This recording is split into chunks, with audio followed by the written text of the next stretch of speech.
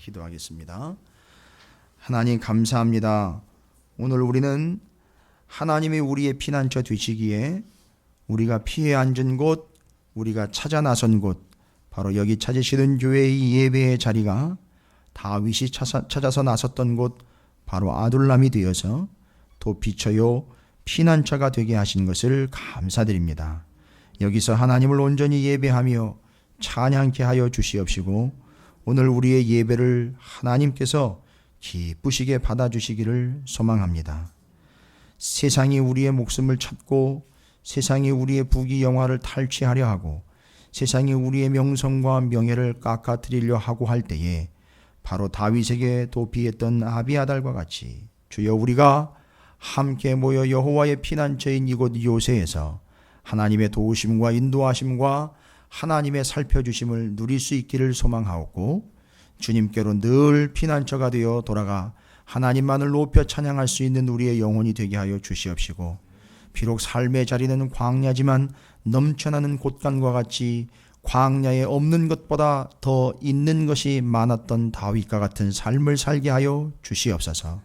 이제 우리가 하나님을 온전히 예배하며 그 말씀을 집중하며 주의 은혜를 사모하오니 우리의 상한 심령이 주님 앞에 드려지는 예배가 되게 하여 주시옵시고 오늘 드리는 이 예배가 하나님의 홀로 영광을 받으시는 복된 예배가 되게 하여 주시옵시며 신령과 진정으로 드려지는 예배가 되게 하여 주시옵소서. 이제 하나님의 말씀에 귀를 기울이고자 합니다.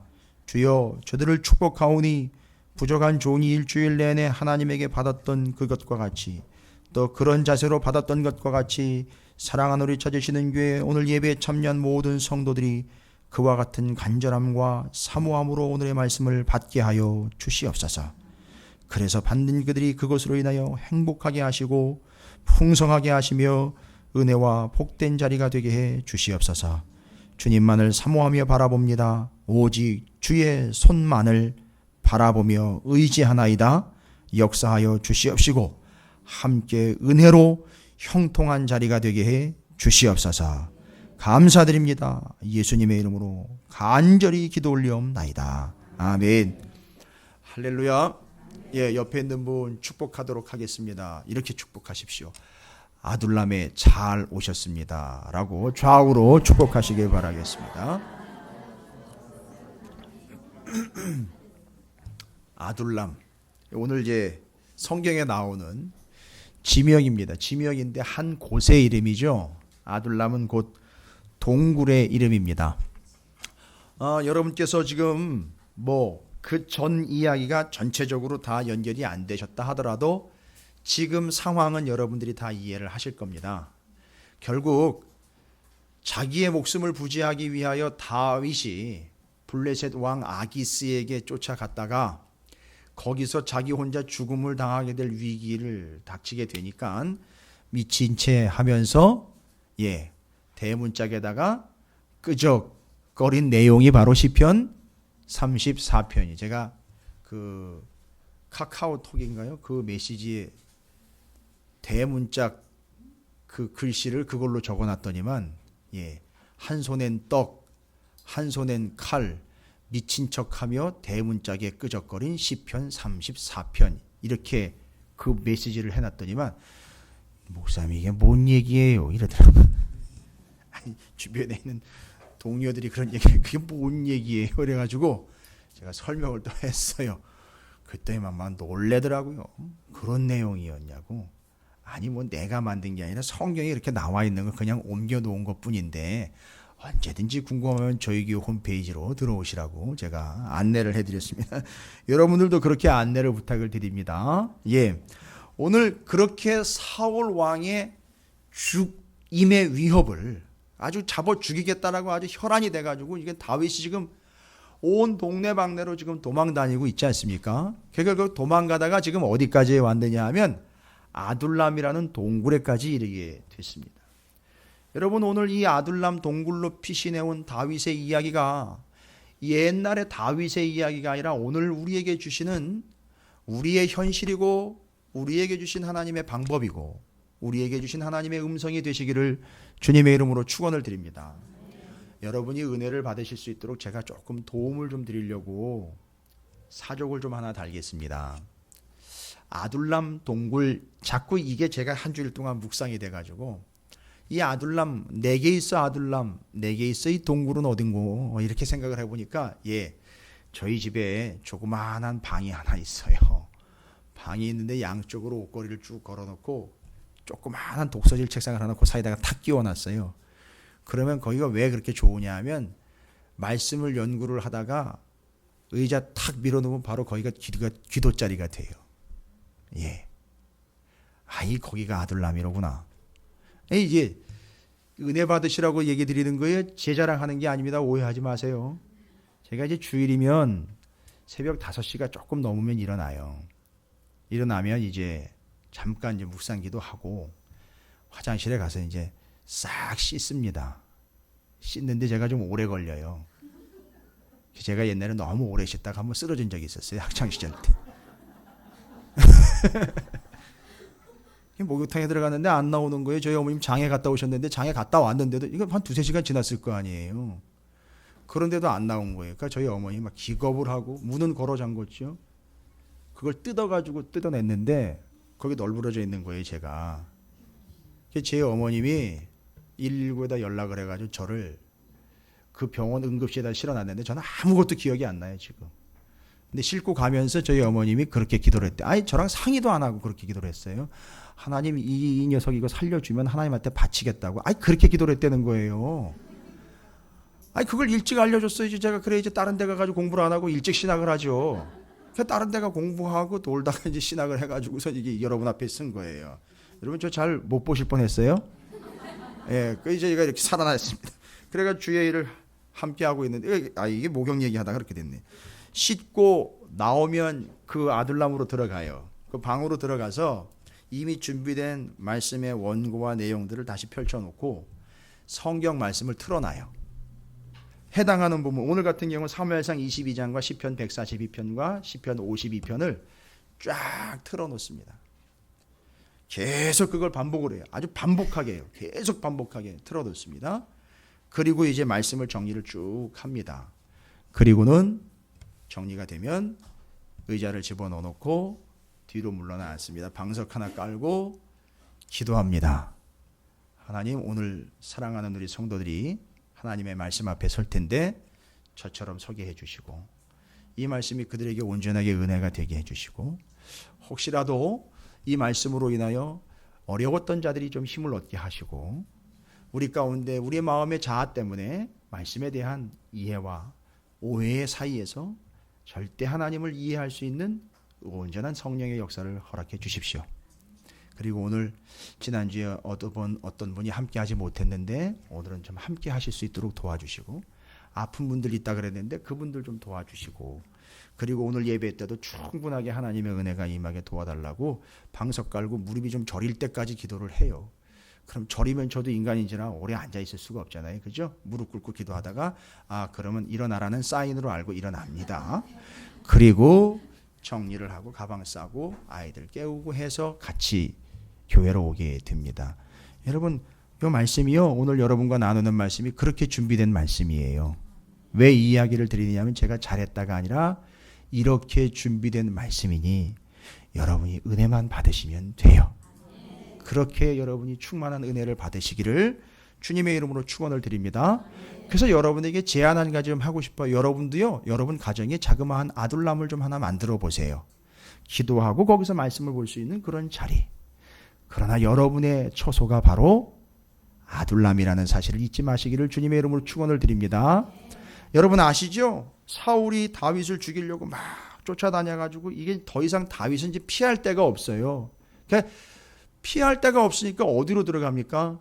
광야밖에는 없습니다. 그러니까 광야 먼지 나는 데를 막 도망 다니다가 결국 이제 또 어디로 가야 돼요? 안 쫓아올 만한데 모를 만한데 동굴로 도망간 거예요. 여러분 얼마나 비참합니까? 광야예요. 여러분도 아시다시피 광야에는 있는 것보다는 없는 게 많아요. 그렇죠? 너무 불편합니다. 너무 힘들어요. 내가 지금 이거 뭐 하는 건가? 너무 고통스럽다. 너무 힘들다. 혹시 우리 중에 그런 분 계신가요? 오늘 그 오해를 제가 싹 정리를 해드릴게요. 그리고는 그 광야를 도피하면서 살던 다윗에게 아주 슬픈 소식이 들려옵니다. 아둘람이요, 또 거기서 자기를 따라왔던 무리들이 같이 있다가 다 몰살을 당할 수 있으니까는 또 저 미스베요, 모압 땅으로 가서 미스박이 아니라 미스베로 가서 거기다가 자기의 일행들을 맡겨놓습니다. 여러분 거기가 어디냐? 모압 땅이에요. 거기도 또 남의 나라예요. 근데 이게 왜 가능했느냐 하면 모압은요, 다윗의 고조 할머니인가요? 증조 할머니인가요? 예, 가만히 있어요. 증조 할머니죠. 증조 할머니의 태생지예요. 루시요. 그래서 정서상 접수가 된 거예요. 기가 막히죠. 그리고 자기는 요새로 와서 거기서 혼자 기거를 하게 돼요. 근데 그때 따랐던 무리가 한 400명가량 됐다라고 이야기합니다. 그새 많이 부흥했네, 그죠? 아니, 그 고통 속에서 도망 다니는 신세가 됐던 그가 어느새 그 사람 주변에 400명이 몰려 들어와 있었어요. 근데 이걸 어떻게 감당이 안 되니까 모압 땅에다 맡겨놓고 자기가 이제 홀로 기거를 하게 되는, 따르는 몇몇과 함께 이런 상황에 이르게 됩니다. 그런데 그 와중에 소식이 들려와요. 아주 슬픈 소식이, 너무너무 가슴 아픈 소식이 들려와요. 무슨 얘기냐면 이건 사무엘상 21장을 여러분이 이미 알고 계시잖아요. 자기가 한 손에 칼, 한 손에 떡을 들게 된 일이 무슨 일 때문에 그렇게 가능했었죠? 놋 땅에 아히멜렉인 제사장에게 가가지고서 뭐 먹을 것 좀 없어요. 그러니까 그렇게 비참했던 거죠. 근데 물려낸 떡 먹여줬고, 그 다음에 뭐 가지고 다닐 게 좀 없나요? 하니까 골리앗의 칼이 거기 보관이 돼 있었거든요. 이게 하나님이 우리를 도우셔서 우리가 이긴 거야 라는 상징이었거든요. 근데 그걸 가지고 왔죠. 그리고 이제 다윗이 물어봤겠죠. 제가 이제 어떻게 해야 될까요? 하니까 아히멜렉이 제사장이기 때문에 제사장은 물어보면 답을 해줄 수 있거든요. 하나님에게 물어서. 그래서 물어본 거 대답도 해줬어요. 근데 그거를 죄송합니다. 표현상 이 인간이 그런 인간이라 제가 이렇게 얘기를 할게요. 그거를 꼬발른 놈이 있어요. 누구한테요? 사울한테. 사울이 확 짜증이 나가지고 다윗을 아직도 못 잡고 있으니까 아주 얼마나 도망을 잘 다니는지. 여러분 왜 도망 잘 다니는지 아시죠? 다윗이 발이 빨라서요? 다윗의 말이 좋아서요? 다윗이 뭐 축지법 같은 거 막 쓰고 그럽니까? 아니죠. 여러분 아시잖아요. 다윗이 왜 잘 도망 다녔는지. 그게 잘 도망 다닌 게 아니라 하나님이 잘 숨겨주신 거예요. 그러니까 그 사람 가는 데가 다 뭐가 된다 그랬죠? 예, 요새와 피난처가 된다 그랬죠. 그러니까 누구도 찾아낼 수가 없어요, 이 사람은. 그렇게 도망을 잘 다녔습니다. 그러니까 잡아오지를 못하는 거예요. 그러니까 짜증을 내요, 사울이. 야, 그 다윗 안 잡아오고 지금 뭐 하고 있는 거야? 니들 그렇게 다윗한테 지금 잘 보이려고 그러는 거야? 그러면 나중에 다윗이 왕 되면 그 다윗이 너희들한테 뭐 좋은 자리고 벼실 자리 주고 그럴 것 같아서 지금 하는 거야? 막 역정을 내는 거예요, 사울이. 다윗이 안 잡히니까 막 짜증을 내고 막 부하들한테 퍼대는 거예요. 그러니까 부하들은요, 뭐라 그랬겠습니까? 벌벌 떨었을까요? 또 시작됐구만 또. 이런 거예요. 그런데 요걸 탁 노리고 한 놈의 인간이 탁 등장을 해가지고, 제가 말이죠, 놋 땅에 있을 때에 다윗이 찾아왔을 때 제가 봤어요. 그래. 뭔 소리야? 이건 딱 보니까 들어봤는데 그때 아히멜렉 제사장이 떡 주고 칼 주고 물어보니까 대답도 해주고 이러더이다. 그때 제가 거기 있을 때 그걸 봤습니다라고, 예, 죄송합니다, 꼬발랐어요. 그러니까 사울이 그 얘기를 듣고 확 꼭지가 돌아버린 거예요. 그때 이제 결단한 게 뭐냐 하면, 그때 그렇게 한 아히멜렉과 제사장들 다 불러오라는 거예요. 다윗을 도와준 그놈들 다 불러오라는 거예요. 여러분, 제사장이에요. 하나님께 제사를 드려가지고 사람들 사이에서 이들의 죄를 용서함 받게 만들어준 제사장입니다. 뭐 굳이 얘기하자면 오늘날로 치면 이제 목사, 사역자들이라고 보시면 될 거예요. 그냥 쉽게요. 그러나 연결시키지는 마세요. 그냥 쉽게 이해하시기 위해서. 그런데 다 잡아오라는 거예요. 그래서 다 잡아왔어요. 잡아와가지고선 너 왜 그딴 식으로 다윗을 도와줘서 역모를 꾀했느냐, 이 얘기인 거예요. 다윗 도와줘가지고 다윗이 나를 치는데 너도 한패지? 이렇게 얘기를 해버리는 겁니다. 그러니까 아히멜렉이요, 아주 똑부러지게 얘기를 해요. 다른 얘기 난 들은 거 없고 실제로 다윗이 그래서 얘기 안 해준 거예요. 다른 얘기는 안 했고, 다윗이 물어보면 내가 뭐 대답해 준 게 한두 번입니까? 그리고 다윗이요, 그렇게 책망받을 짓을 한 사람이 아니지 않습니까? 사위잖아요. 군대 장관이잖아요. 근데 왜 그러세요? 그러니까 이거 가지고 괜히 트지 잡아서 우리 집, 내 집, 내 아버지 집, 우리 집에다가 잘못을 떠얹지 마십시오. 이렇게 얘기를 해버렸어요. 이게 더 열받은 거예요, 또. 그래가지고 그 순간 부하들에게 명령을 합니다. 야, 여기 이놈들 다 죽여! 했더니만 거기 모였던 부하들이요, 예, 왕보다 나아요. 제사장 죽이려는 명령이 뚝 떨어지니까 뭐라 그랬다 그래요? 제사장 죽이는 걸 싫어했다고 그래요. 여러분, 싫어하는 건 그런 걸 싫어하시는 거예요. 그냥 내 기호에 맞아서 나는 포도주스가 싫고 오렌지 주스는 싫어, 이런 개념이 아니라 진짜 싫어할 게 무엇인지를 여러분께서 좀 구분을 하시길 바랍니다. 그래서 그 제사장 죽이는 걸 싫어했다 그랬어요. 아우, 잘한 거예요. 아니, 그런데 그 중에 하나가 똑 튀는 놈이 있어요. 그걸 꼬바른 그 자가 그 옆에 있었어요. 그 사울이 그걸 하니까 그 자한테 뭐라고 얘기를 했죠? 그러면 네가 가서 죽여라 했더니만 그 사람 이름이 바로 도액이에요. 그래서 오늘 설교 제목을 도액, 우액 이래려다가 그 도액한테 딱 명령하니까, 도액이 근데 어디 나라 사람이래요? 에돔 사람이래요. 에서의 후손이에요. 그러니까 이 도액한테 얘기를 하니까 이 도액이 불이 나게 쫓아가가지고 제사장 85명을 그냥 아히멜렉을 포함해 다 죽여버린 거예요. 와, 이 이야기를 들은 거예요.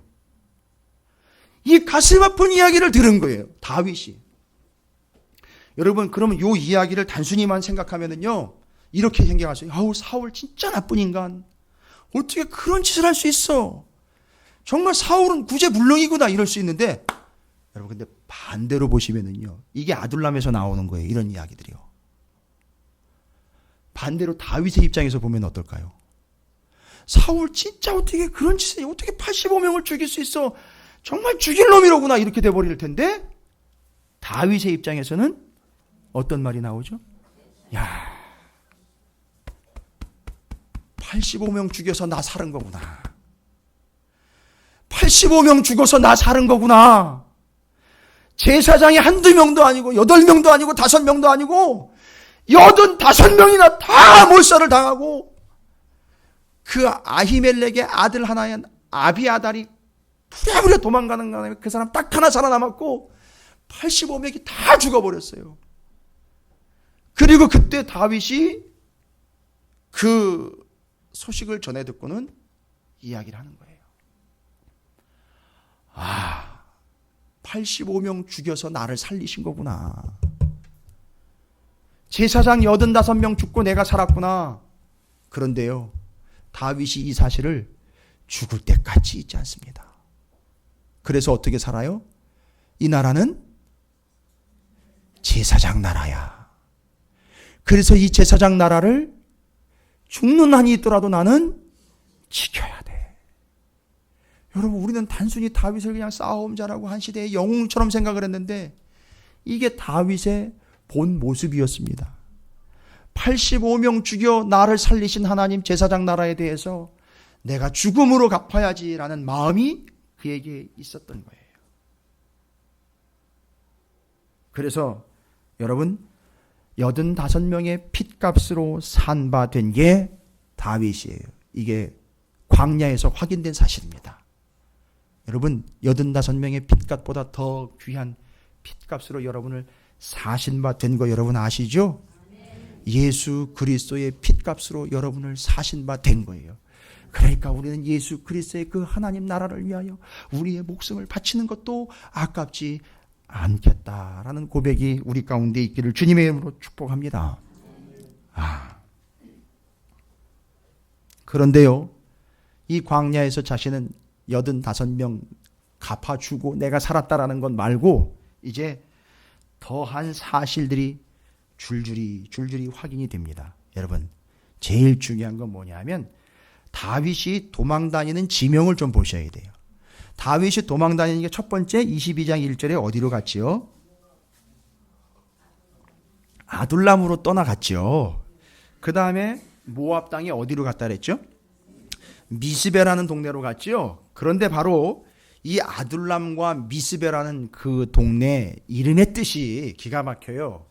원래 아둘람과 미스베라는 단어는 다 공통적으로 뜻이 뭐냐면 도피처, 피난처라는 말이 있어요. 아니 그게 원래 뜻이에요. 그러니까 지금 다윗이 도피처로 소개된, 마치 우리가 인터넷이나 SNS에 올라와 있는 맛집이 소개되면 우리는 맛집을 찾아가잖아요. 그런 개념이 아니에요. 도피처 어플이 있었던 게 아니에요. 그 당시에 다윗이 도망을 가면, 아시죠? 다윗이 도망을 가면 거기가 뭐가 되는 거죠? 거기가 도피처가 되는 거예요. 아둘람으로 갔는데 아둘람이 도피처가 돼요. 미스베로 갔는데 거기가 도피처가 또 되는 거예요. 그러니까 다윗은 어디를 가든 그는 도망가는 신세인데 참 비참한 것 같은데 도망가 서서 자리를 잡으면 거기가 뭐가 되느냐 하면 도피처가 되는 거예요. 여러분 살고 계신 자리가 바로 그런 자리라는 거예요. 어딜 더 나은 데를 찾아다니시는 게 아니라 여러분이 머문 곳 거기가 바로 아둘람이고 미스베의 도피처여 피난처가 된다는 사실을 믿으시기를 주님의 이름으로 축원을 드립니다. 그래서 우리 찾으시는 교회는요, 그래서 아둘람이 맞아요. 그래서 여기는 미스베가 맞습니다.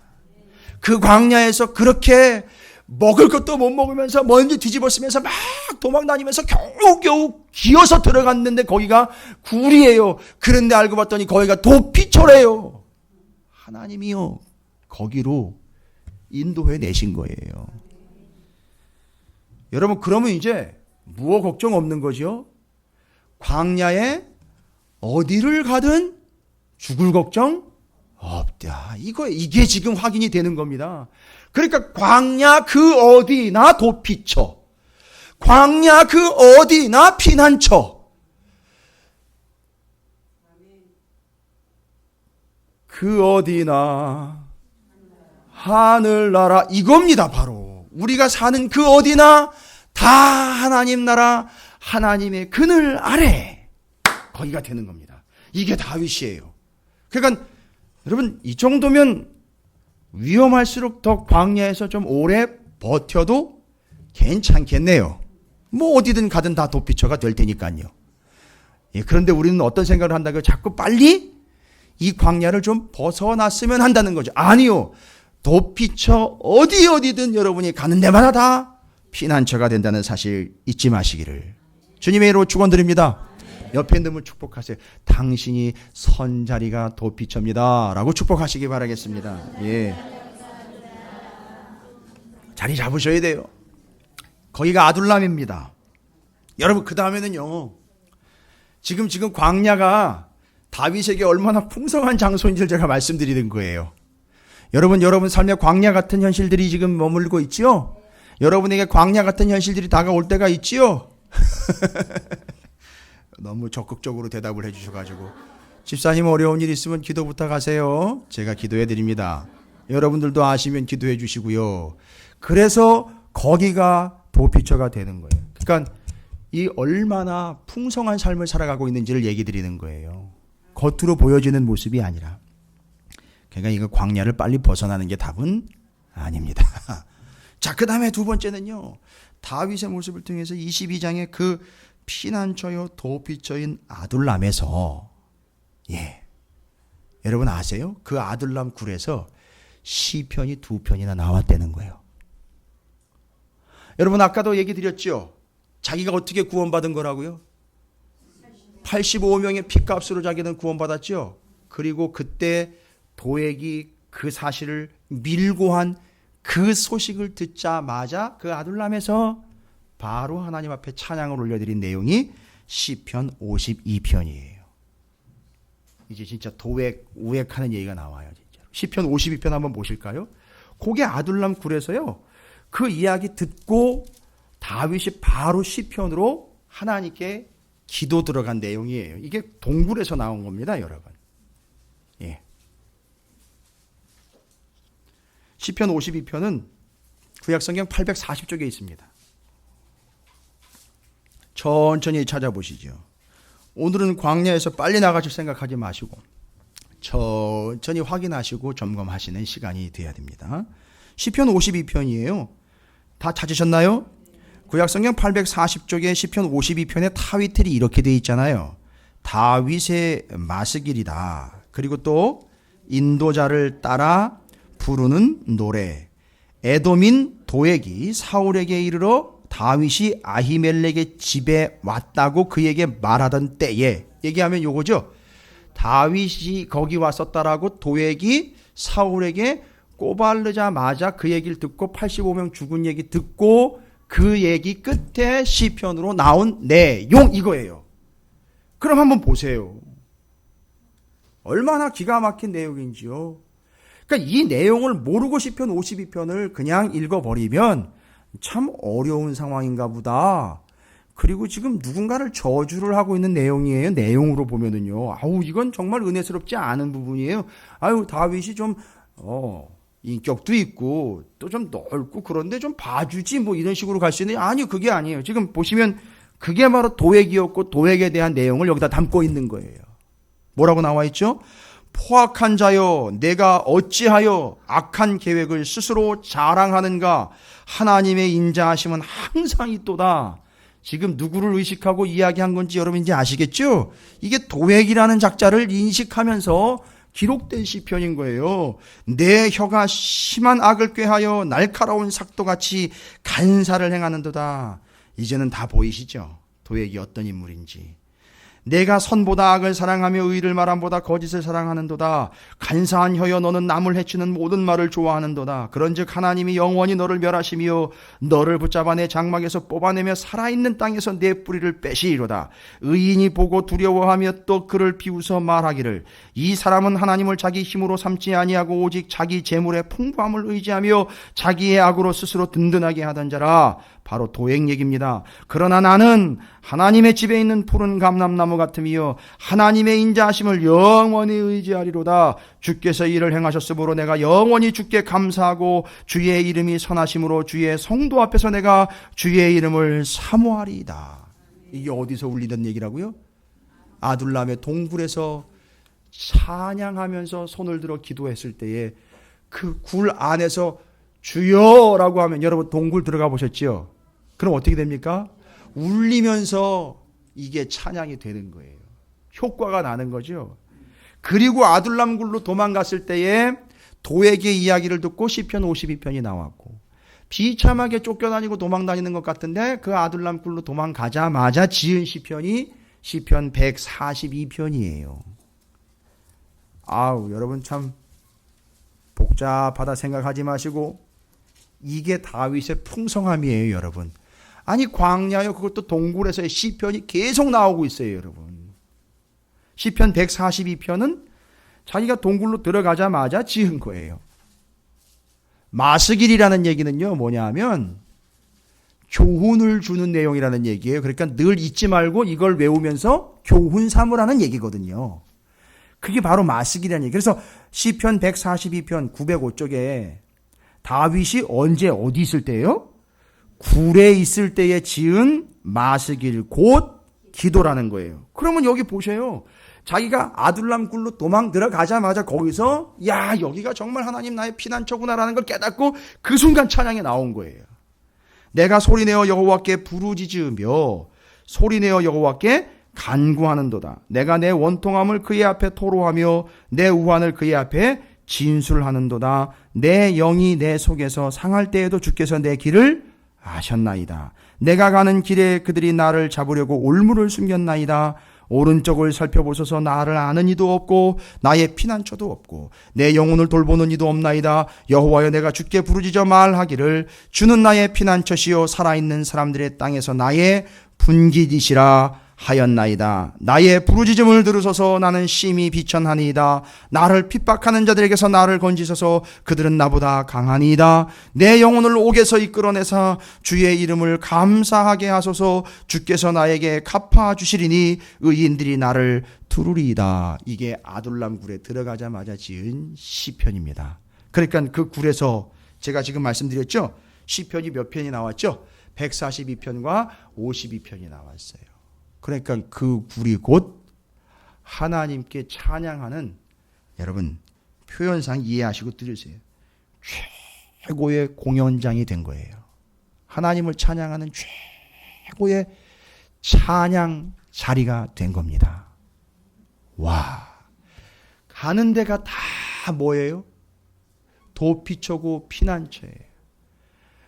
그 굴 속에 들어갔는데 어떻게 거기서 하나님을 찬양하는 진정한 찬양이 나오는지. 찬양이요? 자그마치 2개의 시편 찬양이 나왔습니다. 그러면요, 이 사람 조금 더 옮겨 다니면 다니는 곳마다 거기서 뭐가 나왔다는 얘기죠? 찬양이 나온 거예요. 할렐루야. 여러분 어떠세요? 여러분 가는 곳은 정해져 있잖아요. 그죠? 하루 동안에 이렇게 옮겨 다니시는 곳 정해져 있잖아요. 그죠? 이틀 전 바로 요 시간에 여러분 어디 계셨었나요? 이틀 전 요 시간에는 어디 계셨었나요? 예? 그때 그 시간에 여러분은 무슨 얘기를 하고 계셨나요? 혹시 도액하고 계시지 않았습니까? 우액하고 계시지 않았습니까? 예, 바로 우리가 다윗을 지금 말씀으로 바라보고 있는 것은 바로 이 다윗이 광야에서 살아갔는데 얼마나 풍성한 삶을 살아갔는지를 이제 우리가 확인하는 거예요.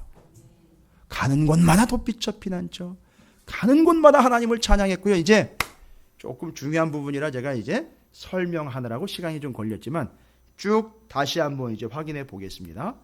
광야에서 다윗이 왜 풍성한 존재로 지금 확인되고 있는지 도피처가 다 생겼죠. 시편 찬양이 계속 나왔죠. 다음에는요. 자, 제가 아까 말씀드렸어요. 광야로 나와가지고 혼자 떼굴떼굴 굴르는 줄 알았는데 그 광야를 다니다가 함께하는 자가, 잘 보시면은요, 함께하는 자들의 숫자가 어떻게 변동이 되는지 여러분 보십시오. 이건 숫자를 연연하는 게 아니라 21장 2절 4절을 한번 보실까요? 21장에 어디로 갈 때였죠? 노베 갈 때, 그 제사장 아히멜렉한테 가서 그 떡 얻어먹고 칼 얻어러 갈 때, 그때는 21장 2절과 4절에 보니까 다윗이 제사장 아히멜렉에 이르되 왕이 내게 이를 명하고 이르시기를 내가 너를 보내는 것과 내게 명령하니라 아무 사람에게도 알리지 말라 하시기로 내가 나의 소년들을 이러한 곳으로 오라고 말해야 돼. 지금 자기가 함께하고 있는 사람들이 소년들이라 해가지고 셀 수 있을 정도의 몇몇이죠. 4절에도 보면 그 소년들이라고 셀 수 있는 몇몇에 자기를 따르는 젊은이들을 이야기하고 있죠. 근데 잘 보세요. 광야에서 이렇게 막 핍절된 삶을 살고 있는 것 같았는데 오늘 본문 말씀이 22장 2절에 환난당한 모든 자와 빚진 모든 자와 마음이 원통한 자가 다 그에게로 모였어요. 여러분, 왜 다윗한테 모였습니까? 억울함을 들어줄 사람이 필요해서 모인 걸까요? 자, 이 사람들 다 뭐죠? 환난당했죠. 빚졌기 때문에 빚을 지면 어떻게 되는지 아시죠? 빚을 못 갚으면 어떻게 되죠? 왕의 다스리는 왕정제도하에서는 자기가 빚을 못 갚으면 그렇지요. 노예로 팔려가게 됩니다. 왜 이렇게 좋아하세요? 아주 두 모녀가 앉아가지고 은혜를 흠뻑 받고 계십니다. 지금. 예. 감사합니다. 예. 아주 좋습니다. 그렇게 말씀에 반응하시는 게 좋은 거예요. 그렇죠. 아니 못 갚으면 팔려가야 돼요. 그렇죠. 그리고 환난을 당한 자들입니다. 그리고 마음이 원통한 자예요. 이거 누가 알아줍니까 이거. 그런데 이 사람들이 다 누구한테로 왔다고요? 근데 잘 보세요. 누구한테 온 게 아니라 정확하게 얘기하면 어디로 온 거죠? 다윗한테로 왔는데 다윗이 있는 곳이 다 피난처잖아요. 그러니까 이 사람들이 어디로 온 거예요? 아, 다윗이 있는데 거기가 피난처라는 걸 알고 온 거예요. 이 사람들은요. 그러니까 다윗이 성공한 겁니다, 여러분. 내가 잘 나간다, 난 힘세다, 그러니까 난 나한테 붙어야 돼가 아니라 내가 머무는 곳이 피난처야 되니까 어려운 사람들이요. 그러나 이 사람들 특징이 뭔지 아시죠? 거룩한 사람들이에요. 죄에 안 지려고 하는 사람들입니다. 다윗에게 몰려온 사람들이 몇몇 소년들이었고요. 그리고 그 뜻을 갖지 않은 그 400명이 다윗에게 몰려온 거예요. 이거는 마치 이삭이 우물을 파면은요, 파는 족족 뭐가 나와요? 물이 나오죠. 그러니까 목마른 사람들은 우물로 가는 게 아니라 이삭을 쫓아다니는 거예요. 할렐루야. 이겁니다. 다윗이 바로 이런 존재입니다. 와, 그러니까 지금 400명으로 확 늘어나 버렸어요. 엄청 부흥했어요. 근데 거기서 멈추지 않죠. 뒤엔 얘기지만 23장 12절 보세요. 23장 12절이요. 그 다음 장이잖아요. 23장 12절에 다윗이 이르되 그일라 사람들이 나와 내 사람들을 사울의 손에 넘기겠나이까 하니 여호와께서 그들이 너를 넘기리라. 자, 뒤로 넘어가면은요, 다윗과 그의 사람 600명가량이 일어나. 지금요, 한 장 사이에 200이 늘어났죠. 예, 엄청 부흥했죠. 이거 지교회 세워야 되겠네요, 이제. 여러분 어떻습니까? 지금 이게 보여지는 모습들이 어떻습니까? 그래서 이제 제가 이 말씀을 연구를 하면서 그렇게 그럼 이제 나도 광야로 나가야 되겠네. 그래야 지금 한 400 붙고 또 600 붙고 그러면 또 지교회도 내고 이래야 되는 거네.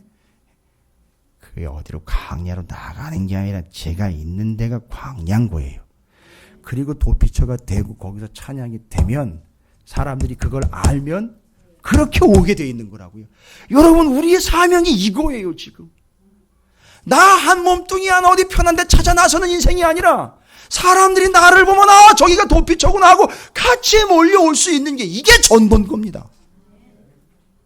이게 복음 전파예요. 그러니까 환난당한 자, 고통당한 자, 죽고 그런 상황들을 처해 있는 자들이 다 몰려오고 있는 겁니다. 몇몇 소년에서 400명에서 600명으로 지금 우르르 몰려온 거죠. 이젠 손 못 대요, 여러분. 이게 어디서 지금 일어나고 있다고요? 광야에서요. 여러분, 다윗이 지금 아무것도 가지지 않은 빈털터리라고 누가 감히 얘기합니까? 가는 데마다 도피처예요. 가는 데마다 하나님 찬양합니다.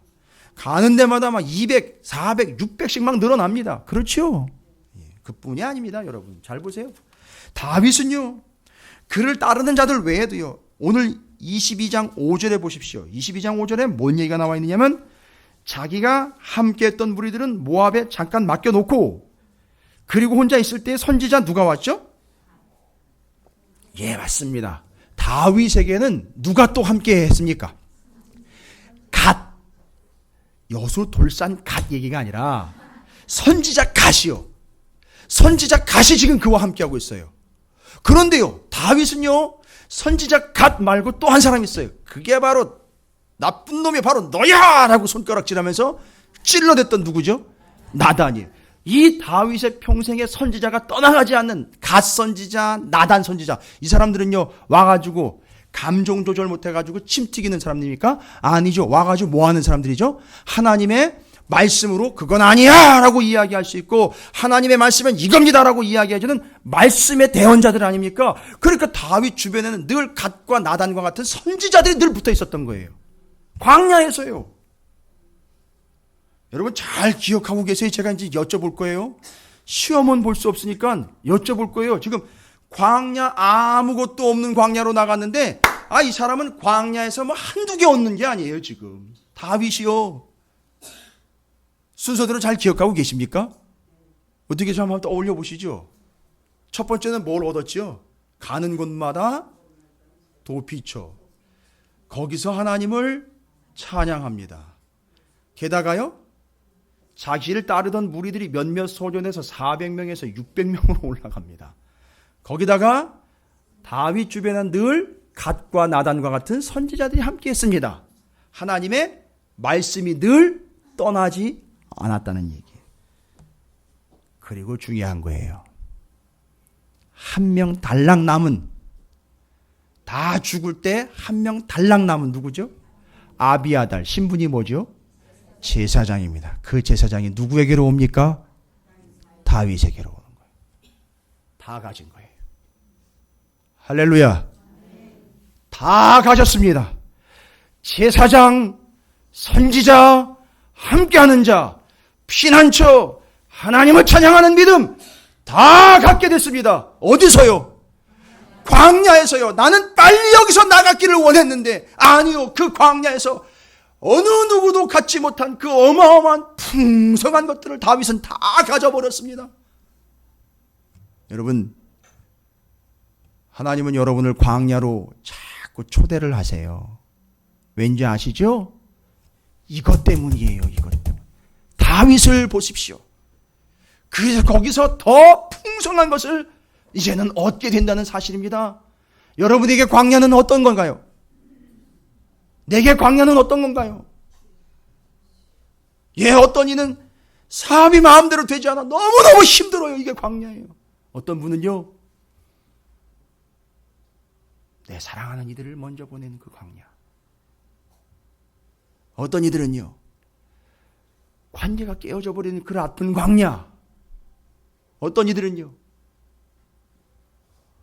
제일 높은 권력을 차지하다가 요즘에 대선 끝나고 난 다음에 떨어진 사람들이요, 그게 광야 아니겠습니까? 그런 광야. 잘 나가다가 이제는 뒤처져야 되는 그런 광야. 이게 도대체 이게 믿는 건가라고 느껴질 정도로 주변에서는 전혀 은혜를 받지 못하는 그런 광야. 거기로 이끄신 이유가 뭐라고요? 거기서 핍절된 영혼으로 살아가는 게 아니라 더 풍성한 것들을 허락하시기 위함이라는 뜻을 잊지 마시기를 주님의 이름으로 축복합니다. 그러나 이 반대편에 누가 있죠? 반대편에 누가 있습니까? 사울이 있어요. 사울이 사는 곳은 어디입니까? 왕이니까 궁궐이죠. 여러분, 더 이상 제가 얘기 안 드려도 되겠죠? 다윗에겐 이렇게 어마어마한 것들이 광야에서 풍성하게 넘쳐나는데 사울에게는요, 여러분 뭐가 있어요? 예? 있잖아요. 사울한테도 있어요. 그렇지요. 예, 맞습니다. 빙고. 도액이 있습니다. 사울에겐 도액이 있습니다. 근데 이 도액의 특징이 뭐냐 하면 자기의 출세를 위하여 바로 그런 거리들을 가지고 접근을 하여 그에게 거짓 정보와 은혜스럽지 않은 것들로 던져놓으면 그 미끼를 덥석 물어버리는 사울이, 도액이라는 인물은요 21장 22장에 나오고 다른 데는 안 나와요. 이 사람은요 종족도 없이 사라져 버립니다. 왜일까요? 사울이 죽으면서 도액도 같이 끝나버립니다. 여러분, 제가 부탁 하나 드릴게요. 여러분에게 도액 같은 존재들이 붙어요. 이건 진짜 사실입니다. 여러분 경계하셔야 돼요. 여러분에겐 도액 같은 인물들이 붙어버립니다. 왜냐하면 도액은 자기가 잘 되려고 하는 게 아니라 같이 죽자고 덤비는 인물이에요. 이 사람은. 근데 더 심각한 건 뭔지 아십니까? 내가 누군가에게 도액이 될 수도 있다는 얘기, 이거 잊지 마십시오. 이건 무서운 얘기입니다. 정말 이 도액은요 정말 우액이에요. 진짜 이건 뱉어버리고 싶은 그런 존재죠. 그러니까 여러분, 누군가가 여러분 도액으로서 여러분을 노리고 있어요. 더 경계해야 될 것은 우리 스스로가 누군가에게 도액이 돼서는 안 된다는 사실 잊지 마십시오. 도액이라는 말의 뜻이 뭔지 아십니까? 이제 말씀을 정리를 해야 돼요. 슬슬. 도액이라는 이 말의 단어의 뜻은요, 근심거리, 걱정거리라는 뜻이에요. 그러니까 잘 보세요. 다윗은 그렇게 풍성해지고 있는데 광야에서 사울한테 늘 붙어가지고 남아있는 게 뭐예요? 맨날 근심거리, 걱정거리만 거기 붙어있는 거예요. 여러분, 이게 사울의 처지입니다. 아주 비참한 처지예요. 그 도액이라는 말의 뜻이 그런 걱정거리, 염려거리라는 얘기예요. 그러니까 평생 사울은 그 어디나 궁궐에 살아도 아무리 편안한 데가 있어도 맨날 뭐하는 삶인 거예요? 걱정, 근심으로 인생막을 내리는 삶입니다. 광야에서 걱정거리 같은 광야로 갔는데 오히려 다윗은요 너무너무 풍성한 삶을 살아가고 있습니다. 결론 내드릴게요. 왜 이런 차이가 난 건가? 도대체 다윗의 두 가지 고백 때문이에요. 다윗은 이걸 입에다 달고 살았어요. 이 두 가지 고백이 여러분의 고백이 되시기를 주님의 이름으로 축복합니다. 내 걸로 챙기세요. 내 삶에서, 내 입에서 이 두 가지가 떠나가지 않기를 주님의 이름으로 축복합니다. 제일 첫 번째 고백은 뭐라고 그런지 아십니까? 여러분 아까도 같이 읽었어요. 22장 22절에 외우기도 쉬워요. 절대 잊지 마십시오. 22장 22절 뭐라고 얘기합니까? 다윗이 아비아달에게 이르되 그날에 에돔 사람 도액이 거기 있기로 그가 반드시 사울에게 말할 줄을 내가 알았노라. 내 아버지 집에 모든 사람 죽은 것이 내 탓이다, 내 탓이다 라고 이야기를 했어요. 하나님은 그걸 죽여서 이 다윗을 살려냈는데 다윗은 뭐라고 얘기를 해요? 그놈의 사울 탓이다 라고 얘기하지 않고 나 때문이다, 내 탓이다 라고 이야기를 했어요. 여러분, 우리의 입에서 누구 때문에, 누구 때문에, 누구 때문에, 뭐 때문에, 그것 때문에, 저것 때문에, 그것 때문에 안 돼, 저것 때문에 안 돼가 아니라 나 때문이죠, 내 탓이죠. 너가 정말 누군가 못하는 사람이 있다면 그 사람을 도와주지 못한 내 탓이지요. 다윗이 이렇게 고백했어요. 내 탓이요, 내 탓이요. 여러분, 입에서 나오면 담기가 힘들잖아요. 여러분의 입에서 제 탓입니다 라는 고백이 늘 떠나가지 않게, 이걸 다른 교단에서 이야기하는 그런 개념이 아닙니다. 그걸 초월하는 거예요. 다윗의 고백입니다. 그가 광야에서 풍성한 삶을 살아갈 수 있었던 중요한 근거가 되는 첫 번째 고백, 내 탓입니다, 내 탓입니다 라는 고백이 첫 번째 고백이 되어야 될 줄로 믿습니다. 우리 옆에 있는 분에게 가장 측은한 표정으로 그렇게 얘기하십시오. 내 탓입니다 라고 이야기하십시오.